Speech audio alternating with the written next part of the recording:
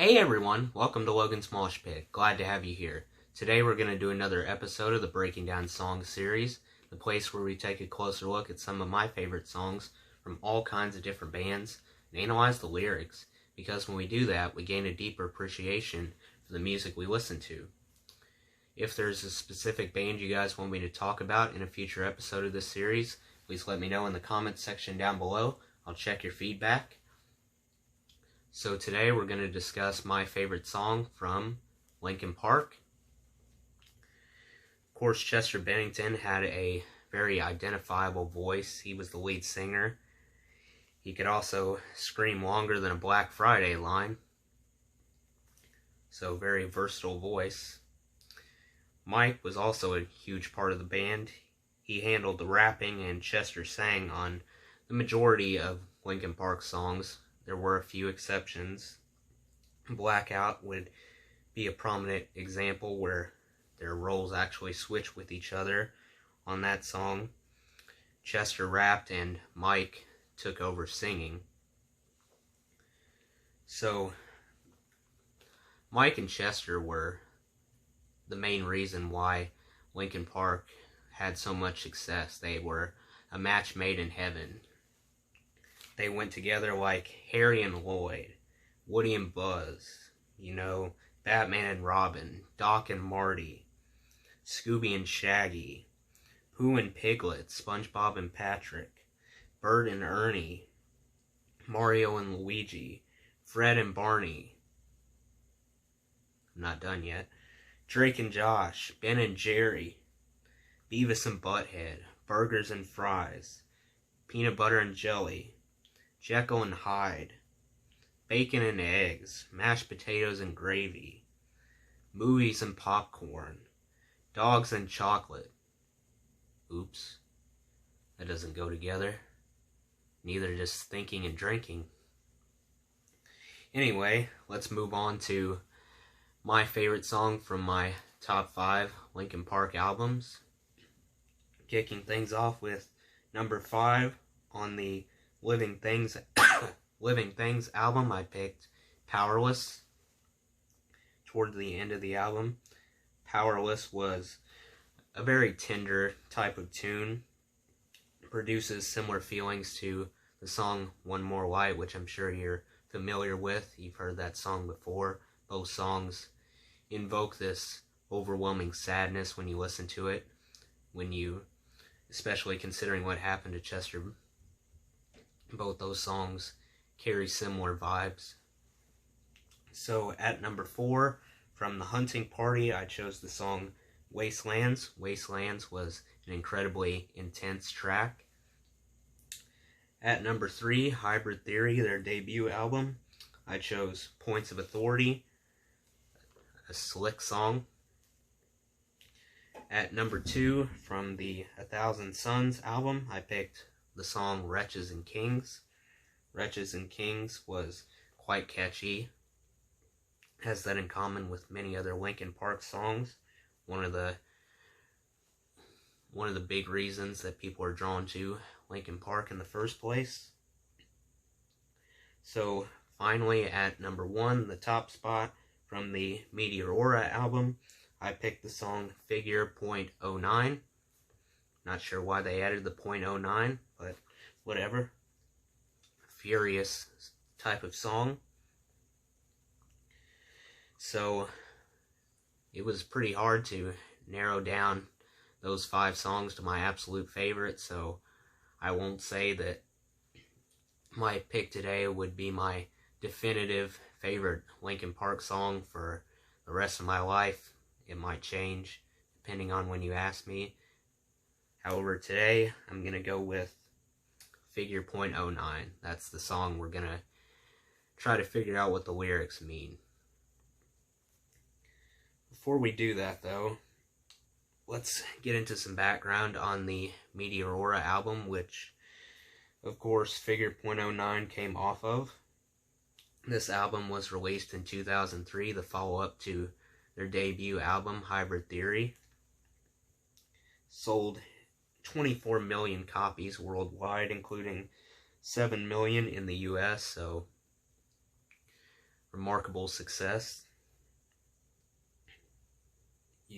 You had the singles Somewhere I Belong, Faint, Numb, From the Inside, and Breaking the Habit, all classic Linkin Park songs that became widely circulated among the Linkin Park community.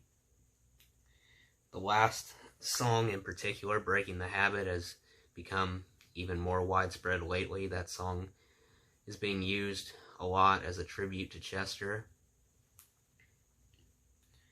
So this album pretty much serves as a sequel to their first album, but I noticed in forums when I was doing some research on Linkin Park, I noticed in the forums that the majority of fans seem to prefer the second album over the first.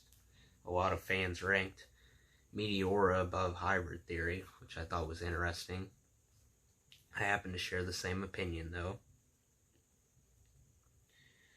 So now let's get to the lyrics of the song Figure .09. By the way, I'll put a link to the song Figure .09 in the description if you want to check it out. You won't regret it. I'm going to give my usual disclaimer, though. This is just my interpretation of the lyrics. It's my opinion. Your opinion might be different from mine. That's fine. We all hear these songs differently. There's no right or wrong answer when it comes to deciding what the lyrics mean. The lyrics mean different things to different people, so let's respect each other's opinions. All open to interpretation. So let's start off with verse 1. I have the lyrics pulled up here. Mike starts us off. He goes, "Nothing ever stops all these thoughts and the pain attached to them. Sometimes I wonder why this is happening. It's like nothing I could do will distract me when I think of how I shot myself in the back again. Because from the infinite words I could say, I put all the pain you gave to me on display, but didn't realize instead of setting it free, I took what I hated and made it a part of me." So verse 1 basically reminds you that Linkin Park doesn't have a problem with diving straight into sensitive subjects. They never shy away from that. So in this song, obviously you have a person who has been deeply hurt by someone.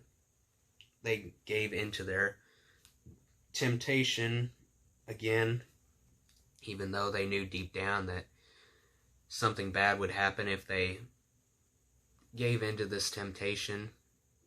They knew things would probably end badly, but the thrill that they would derive from the experience would outweigh the pain in their mind until it actually happened. So the pain could have been caused by either an addiction or maybe a relationship that went sour with an ex. Not really clear yet.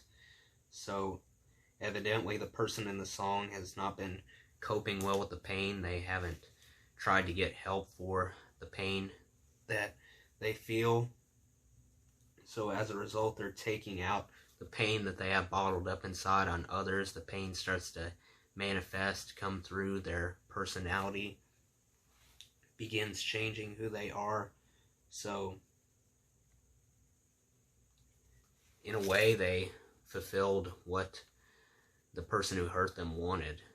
The goal of the person who hurt them was to make them suffer, to haunt them even after they left. So in a way, they did exactly what the person who hurt them expected them to do. So now let's move on to the pre-chorus. Just 2 lines. It never goes away, it never goes away. So the pre-chorus talks about how the person in the song is constantly fighting against this pain. They can't seem to find a solution that will end the pain. Either they're not willing to try to seek help, or maybe they already tried everything they could think of to get rid of the pain, but didn't find any relief. So that's what the pre-chorus means, in my opinion. Now let's move on to the chorus. The chorus goes, switching to Chester, "And now you become a part of me. You'll always be right here. You become a part of me. You'll always be my fear. I can't separate myself from what I've done. Giving up a part of me, I've let myself become you. So in the chorus, we're witnessing a personality shift occurring. You see someone who went from a vibrant type of personality to dull, lifeless, the opposite of what he used to be. He can't go back to the way he used to be. It's just not possible. So he gradually becomes his own worst enemy, and no matter how hard he tries, nothing can stop this transformation. So let's move on to verse 2. Verse 2, we're back to Mike again. He says, hearing your name, the memories come back again. I remember when it started happening. I'd see you in every thought I had, and then the thoughts slowly found words attached to them, and I knew as they escaped away, I was committing myself to them, and every day I regret saying those things, because now I see that I took what I hated and made it a part of me. So, in verse 2, we take a step backwards.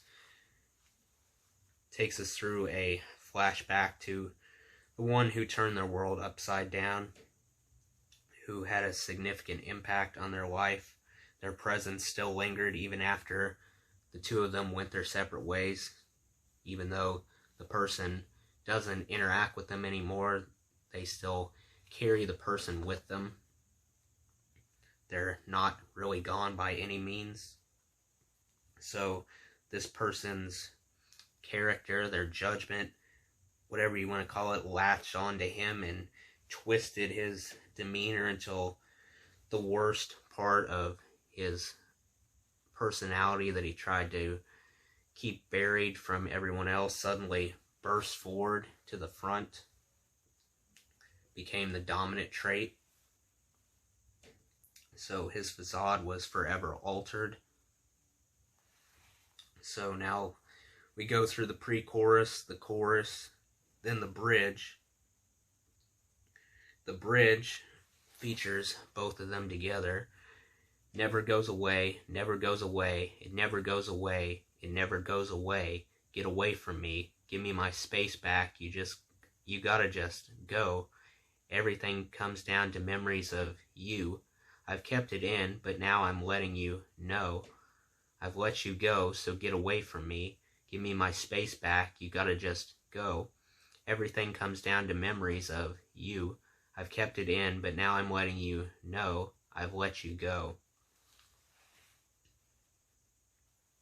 So, in the bridge, they battle back and forth with each other, trying to regain control.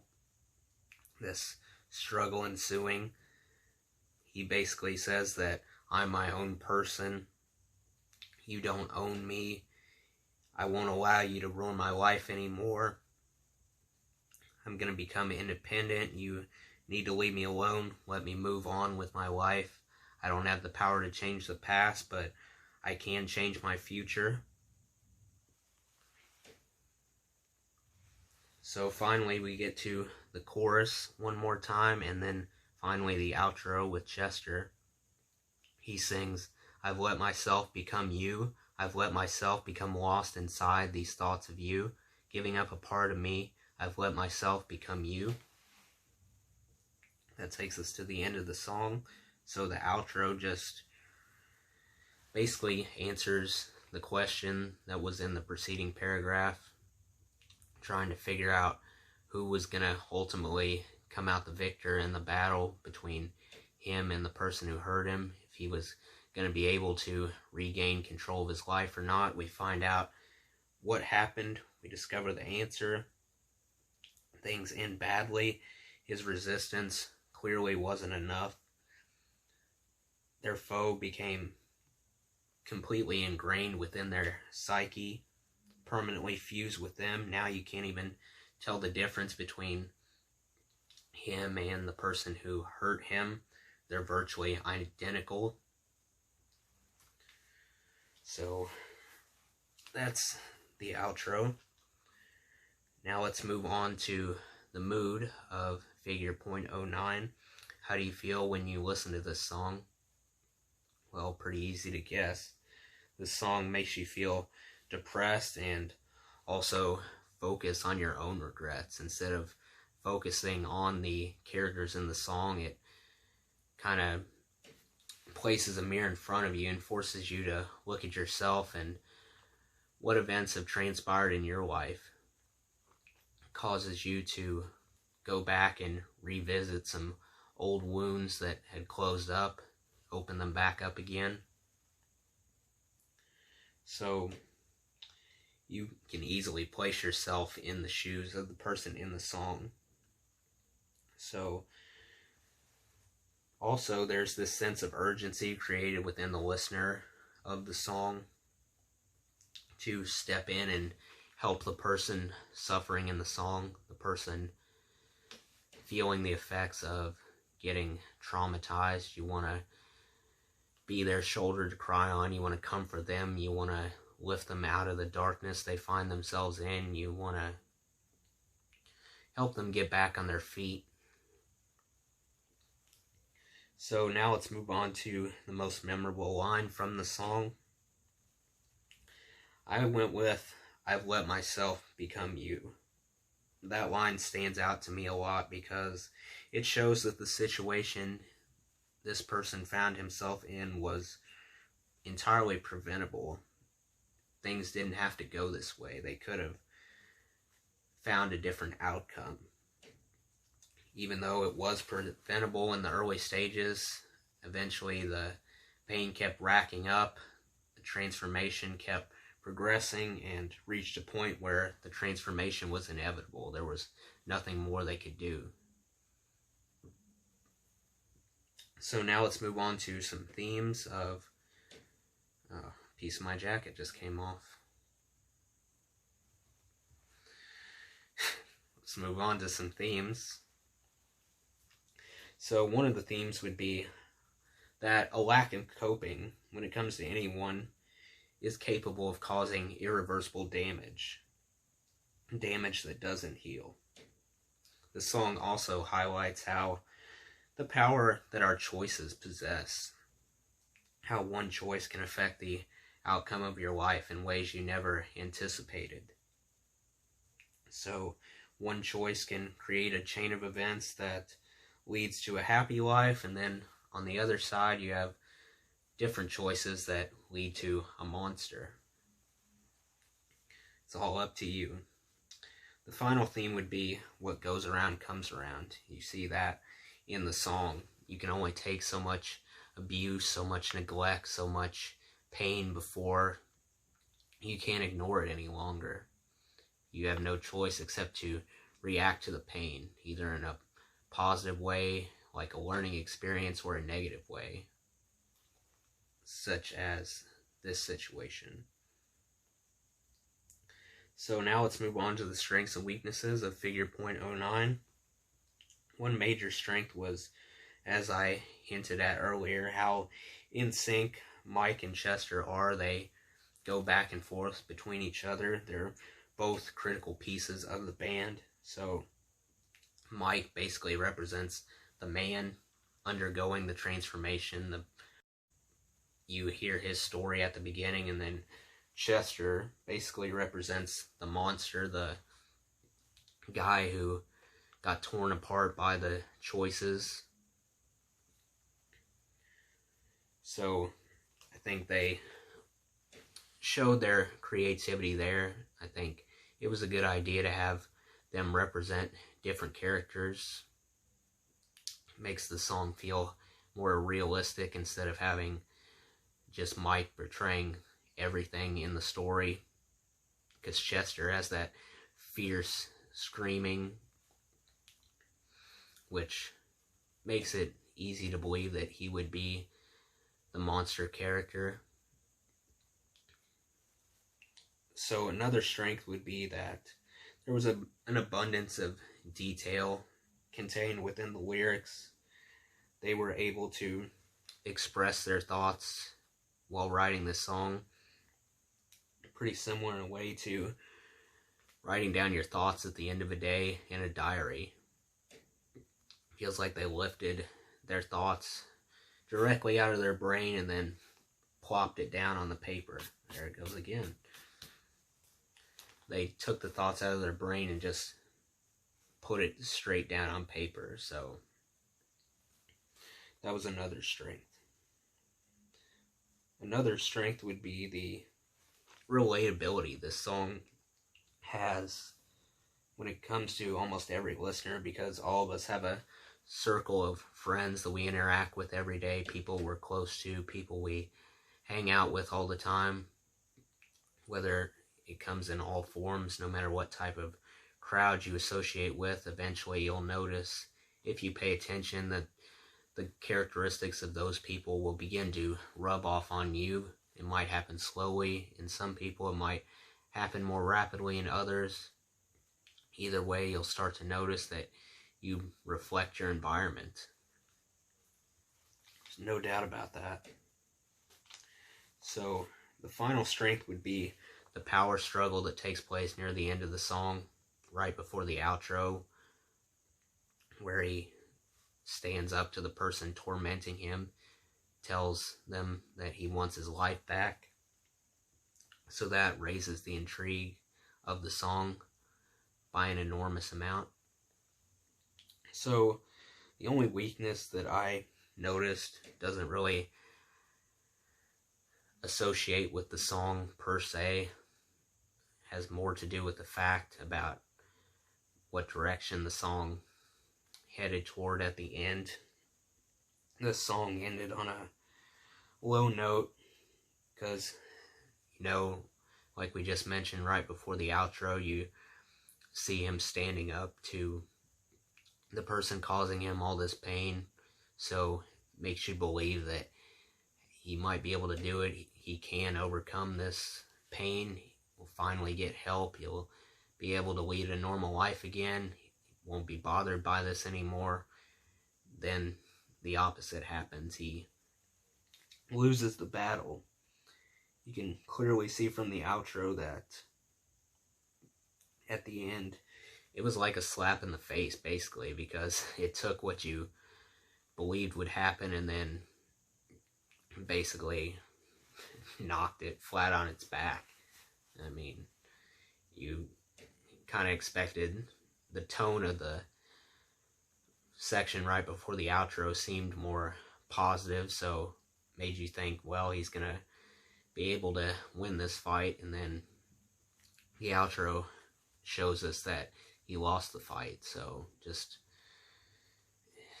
it just seemed weird that the ending, that they build up this false hope and then just everything crashed to the ground. That part bothered me a little bit. So finally, on a scale of 1 to 10, how replayable is the song Figure .09 from Linkin Park? How often are you going to want to come back to this song after you listen to it the first time? Well, I would give it a perfect 10 out of 10. I think Linkin Park and 3 Days Grace, they were probably the two biggest bands from that era that gave you the sheer relatability of the lyrics that you understood on a personal level, lyrics that really spoke to you. So I think that alone creates a testament to their success.